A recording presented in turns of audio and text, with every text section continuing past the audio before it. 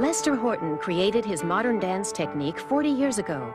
His influence is felt and seen in most major modern dance companies, in individual choreographers, and in the dancing of thousands of dance students. Although Horton died in 1953, he was able to create over 40 works and to create an original dance technique that is still being used to train dancers. The movements he designed continue to produce strong, coordinated, and long-muscled dancers who can perform any style of dance. There is now a second and third generation of Horton teachers perpetuating this great man's legacy. Teachers like Marjorie Percies, James Truitt, and Carmen de Lavalade are continuing to teach the things they learned from Horton himself. Anna Marie Forsyth and Marjorie Percies, both teachers at the Alvin Ailey American Dance Center in New York, have documented this technique and captured the genius of this inspirational man. Ms. Forsyth and Ms. Percies have traveled all over the United States and throughout the world teaching the Horton technique and sharing this wonderful gift of dance that Lester Horton left us all. Lester Horton was born in Indianapolis on January 23, 1906, but spent his early childhood in a farm area near Terre Haute. It was in Indianapolis that his love for the American Indian developed, and after seeing a performance of the Denishawn Dancers in 1922, he knew what his life's work would be. It was in California that Horton was to stay and to create an exciting and enduring dance technique that was uniquely his own in style and energy. The technique Horton created encompassed a varied and yet distinctive design. He was determined to create a technique that did not impose limitations on how the body could move and which was based on corrective exercises. As a result, the technique has enormous variety, range, and complexity. It is accessible to all kinds of bodies, and it has an inherent drama and beauty that make it unique.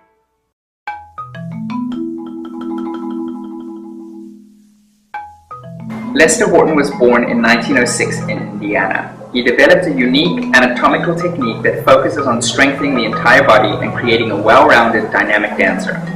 Regarded as one of the founders of modern dance, Horton was known for his social and political works, also called choreodramas.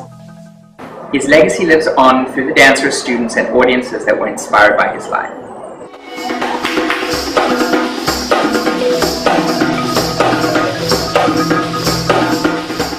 Horton technique is a linear technique. It's designed to have the energy move away from the body in opposite directions all the time, with the understanding that balance is created from oppositions. So without up, there's no down, without left, there's no right, etc. My introduction to the Horton technique is in the 1970s. And I find at that time that it was a very strong technique without being very stylized. And I always felt that once I had started studying Horton, that there was something in it that I couldn't get anywhere else. Like I needed that. Like I needed other things, but I also needed that, what that was. And that was like the core stabilization, again, the parallel and the turnout, and working, we even work one leg turned out and one leg parallel at the same time.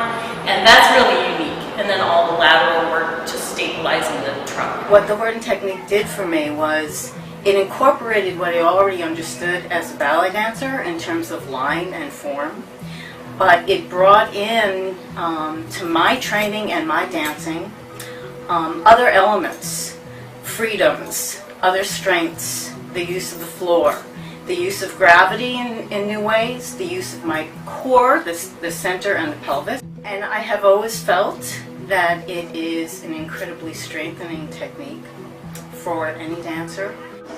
The technique started because he would bring his dancers into a studio and he would have this idea of a shape, and then in 4 or 5 hours that shape would have evolved into it being jumped, it being turned, it becoming a fall, it becoming just constantly evolving.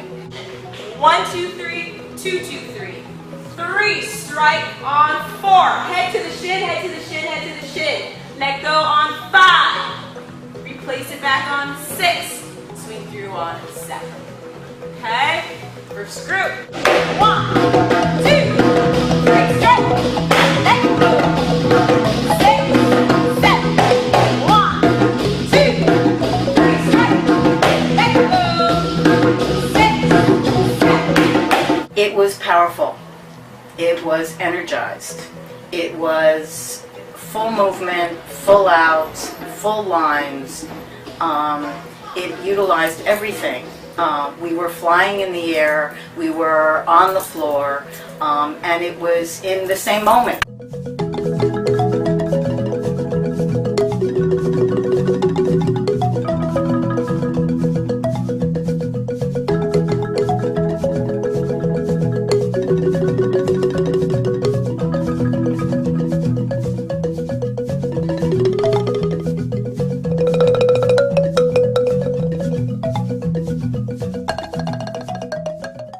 One of the things that attracted me to the Horton technique was the development of the strength and the use of the energy against the floor and the strength out through the arms, rather than like a release action that goes from one to the other.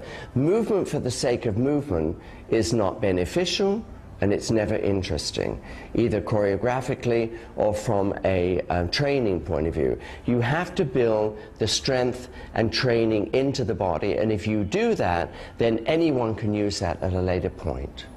A lot of what we do is all, as you know, rotation, so we're always turned out. So what happens is that the stronger muscles get stronger and the weaker muscles get weaker. And so if you combine that with parallel work, then you strengthen the weaker muscles. So I believe in doing a lot of parallel work. So hence my interest in modern dance. And one of the wonderful things about this technique is the simplicity of the shapes. They are really easy for people to get. The lines are clear, the lines are clean, and so there can be no confusion. It's either parallel or it's wrong. It's either a T or it's wrong. So this makes it very accessible to even beginning dancers or non-dancers. And the same simplicity that you get also works on an advanced dancer. So it really is a very magical, wonderful technique that Lester Horton created. The technique was based on strength and power and knowledge anatomically of how much the body can move. And he kept trying to get us to move a little further. Me? I was like, me? You want me to do hinges? And then I thought, okay, I'll do this. One of the things that inspired me, first I was overwhelmed, and I was very, very pleased that Anna Maria Forsyth asked me to do this. The other thing that I like about it is that the Horton technique is it may be the only technique created by a man. That inspires me as a male dancer. And the first time I actually took a Horton class was about 1976 with Anna Maria Forsyth. So taking that technique and then realizing that a man built and constructed this technique, spoke to me so loudly and so clearly. It's very physical, if you'll notice. It's very strengthening. You do movements, and the muscles are like, they're quite taut at the time. And the angles are right angles, which makes your muscles flex much more. And I attribute that to him being a man. It's such an important project because Lester Horton is dead. There are very few people that have the information that will preserve the technique for the next generation or 5 or 6 generations. And it would be a shame to lose the magic and that Lester Horton created.